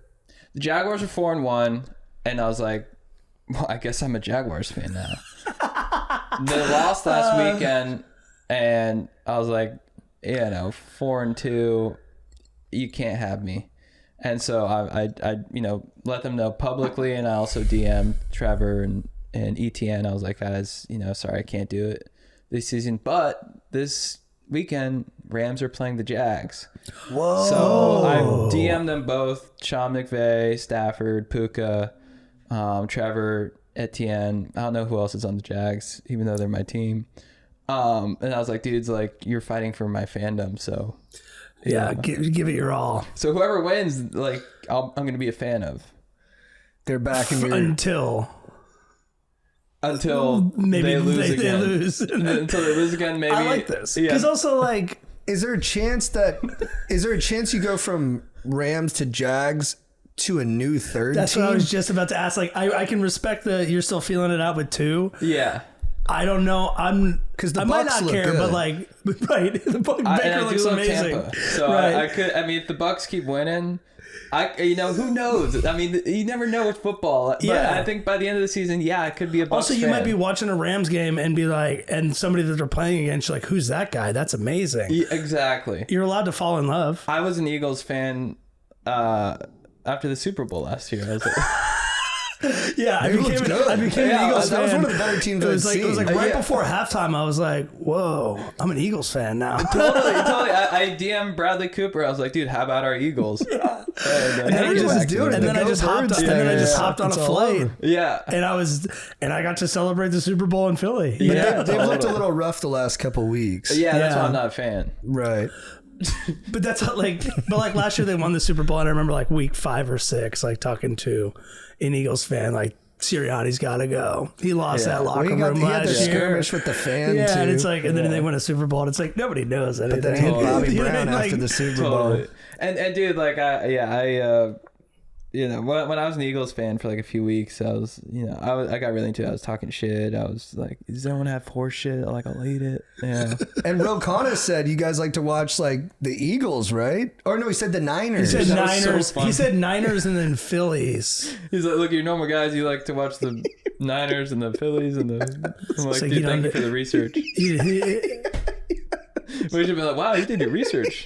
We do watch the Phillies. like the Dodgers. I was like, yeah.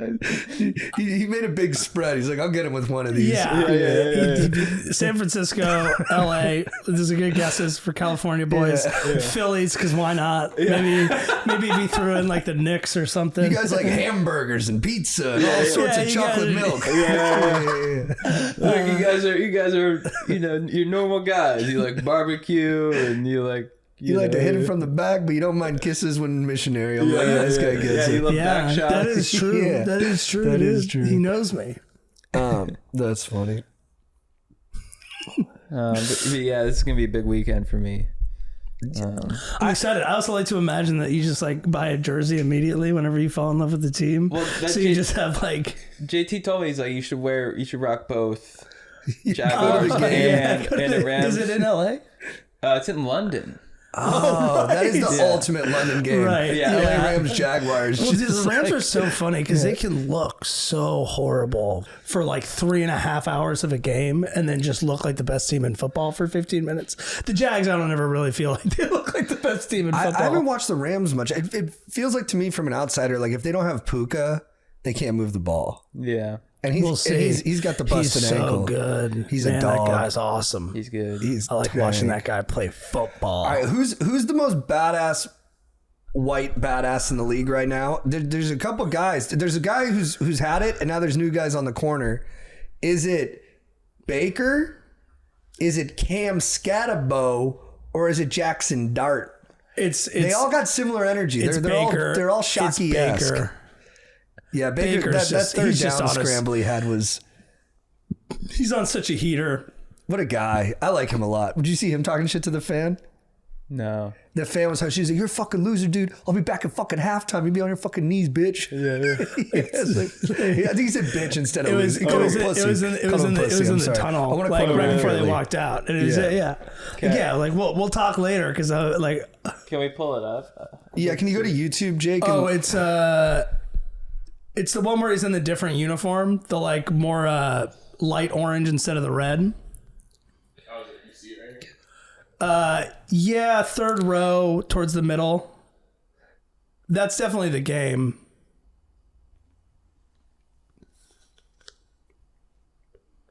It was really. He's so funny. But Come on. Paywall? You won't accept You know what's the gonna be funny, dude? The more politicians we talk to, I'm like, bro, Khanna, take care of this, man. Yeah. Are you gonna get rid of paywalls? Are you gonna make it so my parlay hits more often? dude, that's kind of crazy. Prediction markets, you can just gamble on them. I wanted to ask him about that too. Yeah, just to inform.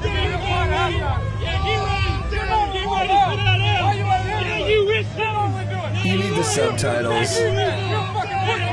Oh, There you go. And then, dude, you can see the offensive lineman right next to him just smiling, like laughing as Baker's going, yeah, we'll talk at halftime. You pussy. Like, it's like, and then the guy next to him, like, you just gotta love that, dude. He's like, man, so this guy funny. Baker, like, he's just sitting there laughing, man. Baker's being Baker, like, at him, just talking shit to fans. That would be so fun. You fucking pussy. He's playing the best right now. And their games are so fun because their defense like can make some plays, but they give up a good amount of points, and the offense is amazing. And they keep losing guys, and they just keep coming back. Like they keep scoring. It's awesome. How about when Tez Johnson caught the touchdown and they thought they were chanting he thought they were chanting MVP for him? That was adorable. And then he gets back to the bench, and I think it was Mike Evans was like, "Yo, Baker threw you the ball." Bro. Yeah, he was like, "Why?" That was a sick catch by Tez Johnson. They were like, "Why are they chanting for me? I haven't done nothing all year." He's talking about Baker, bro. Is that the guy from Oregon? Is Tez Johnson the one from Oregon? I don't know. Yeah, he is. Yeah, he was like Bo Nix's They grew up in the same house. Yeah, he's like one of the tiniest guys in the NFL. I think he's like 140 pounds, soaking wet. But he's so quick that they just throw deep balls to him. That's pretty much all. He was flying on that sick. one. He went full airborne. It was sick. Dude, it's kind of been a lot of bad football though on Sunday, I thought. Last Sunday? Yeah, like just a lot of sloppy, inconsistent football. I think I'm also getting old. Yeah, I think that's a big part of it. I mean, granted, I'm a new... Because I hear you. I think I agree. I'm like, come on, man. Penalties, come on. Get it together. I'm a new watcher, but it seems like this season has had some really good games. Yeah, what's been the best game? The Bills, Ravens. Yeah. It's kind of lost a little luster because the Ravens are crap. I made a great prediction on this pod. I think I said the Ravens were going to win it this year. You know what? Pat's Bills was a good game, even though it wasn't as high scoring. Oh, yeah. There were a lot of turnovers and it was ugly early. But Drake May's nice. I think the Niners-Rams game was good. That was fun. The Niners have had some good games. They're good, man. I have a lot of respect for Shanahan. He's such a good coach. They're just always like... Is it just because, like, I know a lot of people trash their field, and they do always feel like the most injured team in the NFL. Dude, Fred Warner getting hurt, that bummed me out. He's so sick. He's so sick, and he looks so awesome. Like when they did slow-mo of him after one of the games where they had like a big stop, and you just see him running, and you're like, yeah, that's a man. It was like 2 days later, I'm like driving in the car with Becca, and I'm like, Fred Warner got hurt. She's really sad. Doesn't affect my life in any way, but like, he's a really good football player, and I really like watching him. Yeah, he only missed one game I saw, like his whole career. That was like one where, like, you know, like different text threads where it's like somebody's like, Fred Warner's down, and everyone's just like, fuck, that's sad. Because he's so sick, and he's got the dreads, and he fucking flies. It's so cool to watch. Just somebody run really fast and then hit someone really hard. It's the best. Is Puka, he got injured, but is he out for... I don't know. He's a tough fucker, so yeah. I could see him playing. I haven't looked, though. He's not on my fantasy squad. Yeah. So I'm not as invested. I'm bummed that Burrow keeps getting injured. Yeah. It's one of his things. I mean, what did he have this time? Was it turf toe that's got him out? Turf toe. That thing F's people up. Dude, have you ever had it's a broken toe and it's on his plant foot, but like, have you ever hurt your toe? Even when it's a tiny one, it like hurts to walk. It's brutal. I remember when Shaq had it when we were like 13 or something, and he was getting a lot of heat. Everyone's like, you're 7'3", 40, and you're complaining about your toe. Yeah. And then there would always be like a count. This was before there was like internet, so many opinions, but like someone would be like, dude, busted toe will fuck your day up. Dude, it does. It's like, it hurts bad. Also, what are those, has those people ever stubbed their toe, you know? No, or had to play a professional contest of athleticism. Yeah, and you can't like tape it up. You know, like you can't put an ankle, like there's no like toe brace. Maybe there should be though. That's $1 billion idea. Dude, I got a legend and a hot take wrapped in one. I want to give it up to Daryl Kristoff. He's a Jehovah's Witness from Georgia, originally from AZ. His dad grew up a Crip and then he left. He said you're allowed to leave the Crips if it's for religious reasons. That's cool. That's really cool. I had no idea. super sweet guy. We're sitting next to each other on the airplane. He's 6'8". So he tapped the guy in front of him and was like, bro, you can't put your seat back, pointed at his knees. He saw me looking at football, so we started talking ball. So maybe think of it. And then we started laughing about politicians philandering. And then I find out he's a Jehovah's Witness. And all I know about Jehovah's Witnesses is they're always trying to convert people. Then some people don't like him. Great guy. And he was showing me different verses and stuff. I told him how I don't like the conflation of money in church. And he was like, Matthew 3:5, like the love of money is the problem, not the money itself. And I was like, oh, this is cool. And then it made me realize, like, if you're really Christian, I get why we get annoyed sometimes when those guys try to convert us. But like, if you're really Christian, you think that if you're not converted, you're going to burn in hell. Oh, yeah. Like that they're just trying to do us a solid. He's just trying to keep you out of hell. For sure. Like if you're a good Christian, you should, every time you call me, you should almost be like, bro, please convert. I don't want to see your feet on fire for eternity. And so it kind of recontextualized Christians to me, where I don't know where I fall, but I grew up Catholic. So I'm like, yeah, it kind of makes sense. What would you're trying to save someone's soul? Just looking out. Yeah. Yeah, you're looking out for your boy. It's just like, look, you're on my porch and like, I gotta go. Like, you know, yeah. In that situation, I get it. And like, it's like, look, I appreciate it. I think I'll be fine. But like, you know what? If anybody wants to pray for me because I'm a godless heathen, like, go for it. And he didn't try to convert me that hard too, I should say. He was pretty gentle about it. But he also sounds like a chiller. Some people can be pushier, which like, I see what you're saying. They're like, well, they're just trying to help. Well, that's how I became a Scientologist. Right. On the plane. Yeah. You got converted? Yeah. Wait, but weren't you just flying from Burbank to SF? Yeah, I mean, dude, one pamphlet and I was in. It's a 23-minute flight. Yeah. It was just Tom Cruise flexing, and he's like, "Be like me," and I'm like, "Yeah." He's pretty cut, especially after Last Samurai. He had those forearms built up. Oh yeah. And he converted you when you were young. Oh yeah. I've been a Scientologist since I was like 10. I know, it's one of those things where like you've never invited me, and like it seems like a big part of it is like recruiting other people. So I'm always like, I don't want it, but like an invite would be nice to get, get my readings done. Right. Yeah. No, I'm sorry about that. I just, they do like to recruit people, but but they kind of, I floated your names and.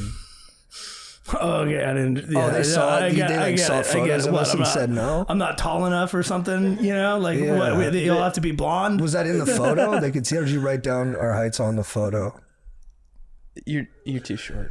Oh my God! You're like an inch taller than me. I know. I just crossed over, and a lot of critics will be like, "But isn't Tom Cruise like 5'7"?" And I'm like, "Oh, yeah, I'm taller than Tom Cruise." Well, Scientology made him taller. Oh, well, that sounds even better. Yeah, but I was like, look, you guys can make these guys taller, and they're like, no, there's no hope. If any religion could make me taller, I'm in. Dude, religion should start doing that where they're like, nah, you can't. And then be like, no, now I want to be in. Like, nah. Make it restrictive. Yeah, that's true. It's like early Facebook. What if it was like, we'll make you look better, and then they just sit you in a gym all day, and they're like, see, it's the Lord's work. Oh, dude. Dude. I mean, that's a big thing. I saw a guy when I was in the Montana airport, it said barbells in Christ. Yeah. That's a new thing. That's just fucking sick. Yeah, it was pretty badass. He had a photo of Jesus, but instead of the cross, he just had a barbell across his back. If you had like your top two things on a shirt, what would it be? Like if you were like 2 words, go. Oh, that's true. Like if I had to distill it down, mine would probably be politics and pussy. Right. Yeah. Oh, right. Dude. You love both. Yeah. You're you don't know anyone who loves that more than me. Yeah, exactly. Yeah. Dude, missionary doggy style. Yeah. Jack, you know what I thought was cool too? Can you tell the listeners, as you close in on 1 million, you're close to 1 million followers on IG. Let's go, baby. When you got to 500,000, the Scientologist, as a gift, we're going to give you like a minion, like a human to do stuff for you. Yeah, Freddie.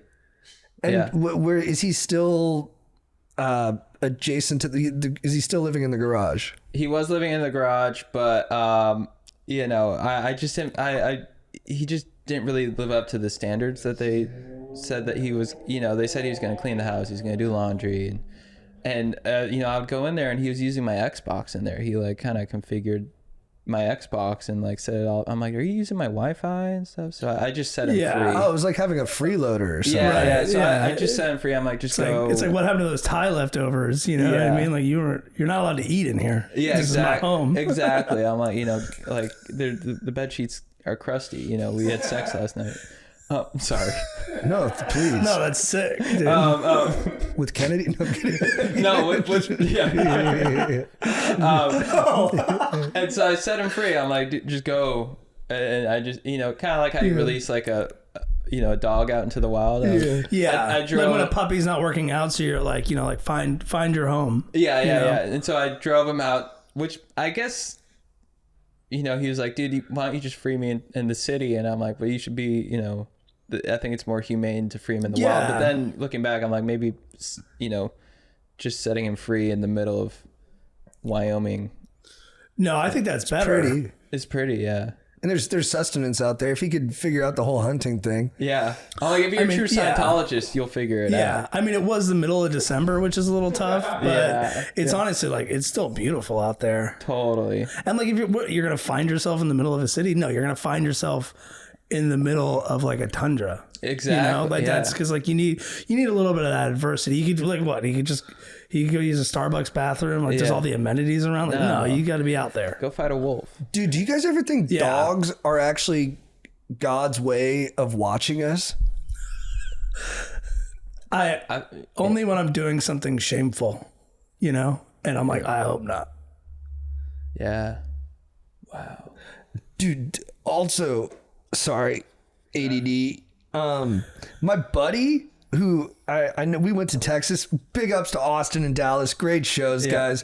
First show in Dallas, a little rough. A lot of non-fan good old boys. At one point, I started a bit and a guy just went, "Oh my god!"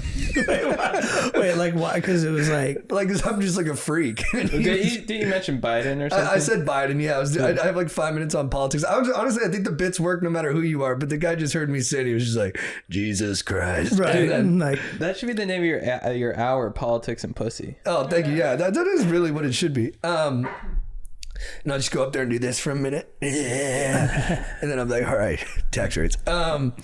Dude, but my buddy who I missed, he was like, oh, dude, sorry I missed you.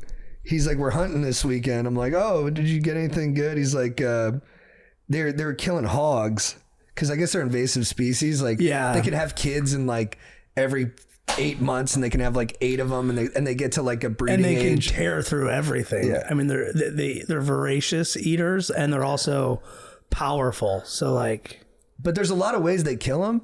And one of the big ones is hog dogging, where you have dogs, they chase the hog and then you corner it and then you stab it. Oh my God. Oh. And he sent me video. I think he was trying to freak me out. In the messages, I tried to be like, I'm not going to let you freak me out, but it freaked me out. Yeah. They were doing helicopter tours where you could like, with like M16s out the helicopter. Yeah. But I think a rich dude died doing that. He fell out? It was like a tourist thing. Maybe the helicopter. I don't remember. And this is a couple years ago. The argument's like, oh, but like you eat meat, so like you're disconnected from like the process. That's not healthy as a spirit. You should be connected to the kill somehow. But I'm like, actually, should we? Is compartmentalizing that in a way? Like, I understand there's like, you're spoiled in a way, but also like, because like I eat beef, do I need to stab hog? Right. Does that require? Well, you should stab a cow. If you eat pork. I think I'd actually be more okay with that. If you eat pork. Why? Because the cow's not going to fight back as much as a feral hog? No, just to be part of the circle of life, Simba. But I don't think they need to die by the blade. Yeah, like why not like one behind the ear, make it quick, Yeah. Or if like, come on, dude, why do you even need the blade? Use your bare hands like Right. That would be me just square up on, remember that cow Maple? Just a feral hog's running at me and it's like 300 pounds and I just punch it so hard that I just snap its neck, dude. Oh yeah. I would like that. That's cool. Wrestling hog is cool. I like wrestling. I like one of us will win, but we'll both survive. Yeah, that's fun. Look at the joy on his face. But like, that's not too nice to the hog. I was gonna say, is this just torturing a pig? Put that photo in make that the cover art for the episode. Who's like, dude, get the hell off me. Look at, I mean, the pigs look pretty psyched. Yeah, they have a good time. I think they're panting trying to get out. We got on horses this weekend. Me and Chad were on a horse. Yeah, that pig's having a blast, dude. You guys got on horses? Yeah, we're in Speedos. Yeah. Pretty awesome. I was bareback. They were out of saddles. That's awesome. Chad was on a thoroughbred. It was 16 and 2/3 hands. Zach was. Oh, you were on Biscuit. Yeah, I was on Biscuit. Zach was on. I was like, dude, you get the big one. That thing was gigantic. Yeah. I can't wait to see this. That's awesome. You were on the pony? I was on a pony. It was tiny. Like, you could slide off the side. Dude, I mean, trying to break in, like, this guy broke a Bronco wearing a Speedo. Yeah. That'd be pretty sick. Yeah, mine hadn't been running, so she was a little, like, all over the place. It made me laugh. They were like, have you ever, like, fallen off a horse? And that one time I went ass over tea kettle on a horse, like a fool. Yeah, like, you were moving. I was behind you, and I remember seeing it. And all you guys were acting so manly that afterwards I was like, dude, I got thrown off the horse. And everyone was like, yeah, move on. I was like, it happened 20 seconds ago. Yeah, but you rolled so good. It was obvious that you were fine, you know? Like, I don't know. I was also like, what, like 13? You were like 15. No, we were like in college at that point. Think so? Yeah, that's why. You were a cool college guy. You're like, I don't have time for your near-death experiences. That, dude. Yeah. But I remember the time when we were, because we didn't ride. I started riding later a little bit. I got into it, but I was just never great at it. No natural aptitude for it. Just hold on. But there was the time when we all were. I kicked my horse, so all the horses started chasing, and you were running, and then I started sliding off, and I was laughing so hard as I'm like sliding off slowly that I was laughing so hard that I started peeing. Really? So I'm like slowly falling off a horse. It's just sprinting, and I just and then eventually I fall off. Yeah. The horse runs back to like the barn, and then I get like the 60-yard walk up to catch up with everybody with just my jeans. Hilarious. And there's just a photo of me like and I'm still laughing because I pissed my, at the time it had been, probably been like 8 years since I'd pissed myself. That sounds like fun. Yeah, it was, I've fallen off a horse a lot. Because again, I'm not very good on them, and I think they sense that and say, "Get off me, dog." That's a big thing. They can sense nerves. It's I was talking to the horse. I was like, "You're like a beautiful lady. I want to be on you, but I'm afraid to be alone with you." I've never done that. Maybe I should do that. Talk to the horse? Yeah. No, I didn't get like that deep, I didn't like try and like, I don't think I tried to like really, like, it's more like, whoa, slow down, relax, we're good, No, I didn't try to get like emotionally connected to the animal where I'm like, where I'm doing that, where I'm like rubbing it so intensely that it's like we're one spirit. I haven't tried that. I try to do that shit every time. That's a good idea. I'll like rub it up like, I'm just with you for this journey. You're in charge. You can trust me. All I want is for you to feel good, and we're going to have a beautiful ride. Yeah, that sounds relaxing and nice. Did you talk to your horse? I know I should have. I talk to my dog like this. I do. Like, I'll like forehead to forehead, and I'll be like, just sweet nothings, and I'll be like, and you should really consider Scientology. Dude, have you had luck converting Lola? Yeah, I mean, I'm trying, but she's just not. I tried to, I read her Dianetics. I set her up on the machine. What's the machine called? You know what? I haven't done. I haven't brushed up on I haven't brushed up on Scientology in a minute. And so I forgot Dianetics. That was a word I was looking for earlier. Yeah. I read her Dianetics every night. Oh yeah, I set her up on the e-meter, and I was like, what do you think about your career? What are you nervous about? Career? Is it relationships? Is it food in your bowl? Is it the park? And it was just, she was just chill. So I'm like, I don't even think you need this. That's nice. Right. Dude, you're very chill. Thanks. Yeah. Give space to your pup for its own religious awakening. Dude, when are you going to see the new PTA movie? I gotta see it soon. I really liked it. Yeah. Yeah. It's just such a fun ride. It's just the pacing's so good. It's controversial. Yeah, but it's also, I don't know, I feel like it's got something for everyone, you know? Some black chicks don't like it. Is it not doing well box office wise? I saw that blurb that it's going to lose money. Yeah. But it's all the good movies this year have been Warner Brothers. They did Sinners, Weapons. Is Warner Brothers This too? one's Warner Brothers. And I think this one, we saw Brad Fuller for dinner last night, and he said they're going to chalk this up as a W even if it loses money because it had such... Critically. Yeah. And then if it wins a bunch of Oscars, I'm sure it'll, you know what I mean? That usually they'll get some money back if it wins a couple. Dude, and I could see it doing that. So it looks like Tron is the whole franchise is getting the axe after bomb. And I never seen one of them. They look cool. This was actually, I think Tron Ares was probably the best one. I think Legacy's pretty bad. Despite what some of our friends say, where they pretend that it's a good movie. But Tron Ares, as far as like, you know, I got really high, I sat in a movie in the middle of the day and ate a lot of popcorn. You could do worse than Tron Ares. Yeah. And Jared Leto is like, he's always watchable. You know, he's a great actor. He's like 55. Yeah, that freaking weirdo, like he's on screen. I'm like, man, he's just like, people were pissed. He's got something. You know what I mean? Because every time I see him, I'm like, he is interesting. Yeah, he's like, so he's like, they try to cancel him. It's like being canceled and aging. It bounces off him. Yeah, he's Teflon. He's the Teflon Don of weirdos. He I don't know how much it affected the box office, but all the comments on like TikTok, and I always read comments because it's interesting to me. Everybody was like, "Screw Jared Leto, no Jared Leto." No, I like it. I do think that was probably a mistake. Oh, interesting. Yeah, I mean, I don't know who else, but maybe not. I'm reading comments. And he does seem like, if you're gonna cast sexy AI, he's a good embodiment. And that's of that. what a lot of the movies is like, kind of like him. Like, you know, he was created for nefarious purposes by the bad guy, but you know, what if he ends up choosing a different path? Is that even allowed? And then I liked in this I'd like to play unsexy AI in something. Right, like just like schleppy chill AI. Yeah, just Seth Rogen GBT. Yeah. Oh yeah, I could do that, but like, I don't know. I'm a little high right now, so I don't know if I'm going to give you the best answer. I keep joking about this. That like the game has changed with Tron Ares because like this time it's red. Yeah. And like this time the disc isn't a disc, dude. It's a triangle.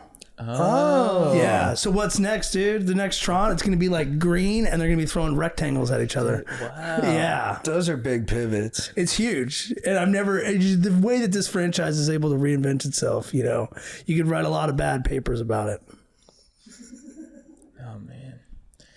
All right. That was fun, That guys. was a fun pod. Yeah, good one. It's fun. I didn't realize you were coming, so I was stoked to see you. Oh, nice. Yeah. And I like to, because we usually draft, so it was, it's nice to just chop it up for a little bit. You come on for drafts and for political interviews, dude. Yeah, and politicians. It is nice. I do like that. Hopefully, you know. I was just thinking, like, what other political guests we could have, and then my brain went absurd and was like, yeah, what if we get, like, war criminals on here? Yeah. Like, we're like... Dude, apparently Bashar al-Assad, I think it was, is just, like, holed up in Russia just playing Xbox all the time. The Syrian guy? Yeah. And he was, like, a banker in London and... I think he was a doctor. A doctor, that's right. A doctor in London, right? And, like, a great doctor, I heard. So, and then he was like a despot, and then he got booted from his country, and he went to Russia, and now he's just gaming a lot. It's kind of like the most, like, what a life. He's done a lot. I think about that. I'm like, what do you parents have a reason to be disappointed. Yeah, get off the couch. Come on, At least he's making, you know, dad's like that too. Dad's like, GT, yeah, he was a despot. Yeah, he annihilated his opposition, but he made moves. Quickly before we end, what do you guys think about Sora 2? Do you have any take on it yet? Are you scared for the future of video making? What do you think there? I think it's whack. I think it's total bullshit. I think anytime I see a Sora 2 video pop up, I'm like, I'm not even gonna watch it. I know you've been making them, Jake, but I just every time this is true. Every time every time they pop up, I'm like, I don't want to watch this. There's something, and I don't know. A lot of them have been crushing, but for me personally, I can't speak for other people. But for me personally, when I know it's AI, I'm immediately turned off. You need to feel like there was process involved. Yeah, but I do think people are going to be able to make careers probably out of, perfecting it and making an art out of it. But I do think that with Sora 2, there's also going to be, and I think you're already seeing it now, just more of a resurgence of just real life, like I'm talking to a human being style content. Yeah, I think like it'll eventually run out of it'll be like a fad, right? Like, yeah. People will get tired of it eventually. Yeah, like Tamagotchis or something. Yeah, and I mean, the reason why I kind of messed with it and like had fun with it is because it is the most realistic AI that's around right now. Totally, yeah. And like you were saying, like you get turned off by when you tell that it's AI. Yeah. Sometimes like you can make it so good that it's hard to tell that it's AI. Right, yeah. And then also too, like social media is already like 40 to 50% AI videos. Like I would rather have a Sora watermark on it showing that it's AI. That's a law that they're talking about. SB 53 in California is supposed to be protecting deepfakes and also might make watermarks mandatory. I think the watermarks are great. They need to keep the watermarks. It's so cool that they're like this technology will change the world, and now you can do like cats being Godzilla at the snap of your fingers, dude. Totally. It's like, oh man, this is what we needed. Dude, not to poop on it too much, because like I'm sure that like breakthroughs that they make in doing that shit will like have different applications at some point. But it is funny that like then you see the products that get rolled out and you're like, oh, this is what all the hype's about, is so that we could just like make bullshit faster. Cool. Like, even though it'll probably be funny. Dude, cool. It almost like, at this point it's almost like feels like a gimmick kind of like I remember that guy Chad Kultgen or whatever. He was like, look, actors are done because in the future you're going to be able to like tell AI exactly what movie you want to watch. And I'm like, but I wouldn't want to watch you don't know what you want. Also I mean, I guess if they're so good that they can still surprise you and stuff, but like, it's like they're like you could watch a version of Heat except like it's Dwayne Johnson as Robert De Niro. I'm like, that would get old in like 2 seconds. That would kind of work for me a little bit because I like to fiddle with. Because even when we were kids, remember I used to like draw up what my favorite movie would be, or I'd do my favorite wrestling event. But do you think that would take out Hollywood? No, I would still, because that's still.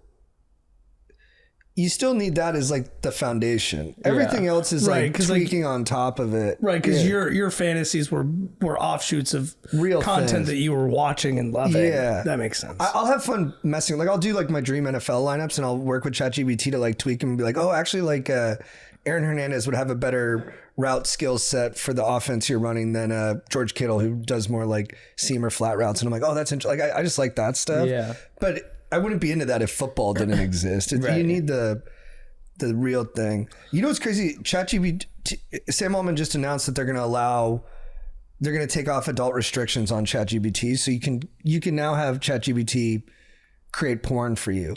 And like, no joke, I got scared for myself. Yeah. Where I was scary. Like, dude, because like I've gooned and like spent tons of time trying to find like the perfect thing to bust to, and I'm like, now I can be like freaking you can write a paragraph describing what you want, dude, or like a fucking book about like what exactly you want. Like I'll be like, no, actually I think they should finish in this position, and their relationship dynamic should be a teacher and a administrator. Like it's like I could get real twisty turny into my insurance claims adjuster with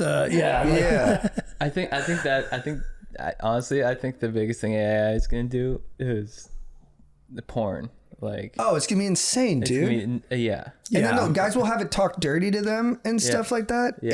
People will be in that goon loop for 60% of their lives.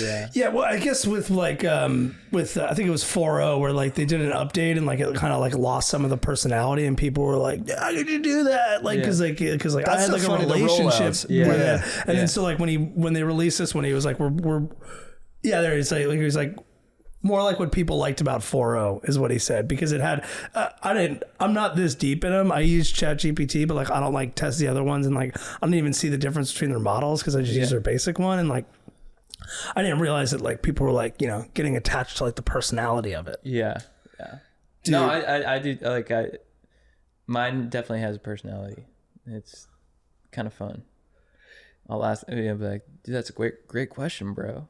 Like, it's super awesome that you're taking that way. Yeah. But it's like, it's kind of nice.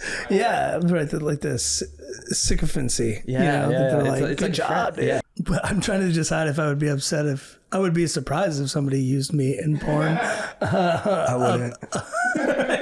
Would I be upset? Like, I think I'd probably be like, okay, like, I don't want to know the details, but thank you. It's probably a little different for people who are Should we end on something positive too? Like, hey, I just want to give a lot of love to Fat Joe. I've been watching his stories on TikTok. Guy is hilarious. His story, dude, he tells his story about robbing the entire gym. He goes, I ain't lying. I can't do his voice, but dude, I'm telling you the truth. When I was 13, I went into the gym, 70 people. I said, give me all your shit. I got that coats, they books. He goes, I stole so much stuff. They like, do you have a gun? He's like, no gun. I'm doing a terrible accent. He's like, no gun. He's like, I had so much stuff. Some of the dudes I robbed had to help me carry it home.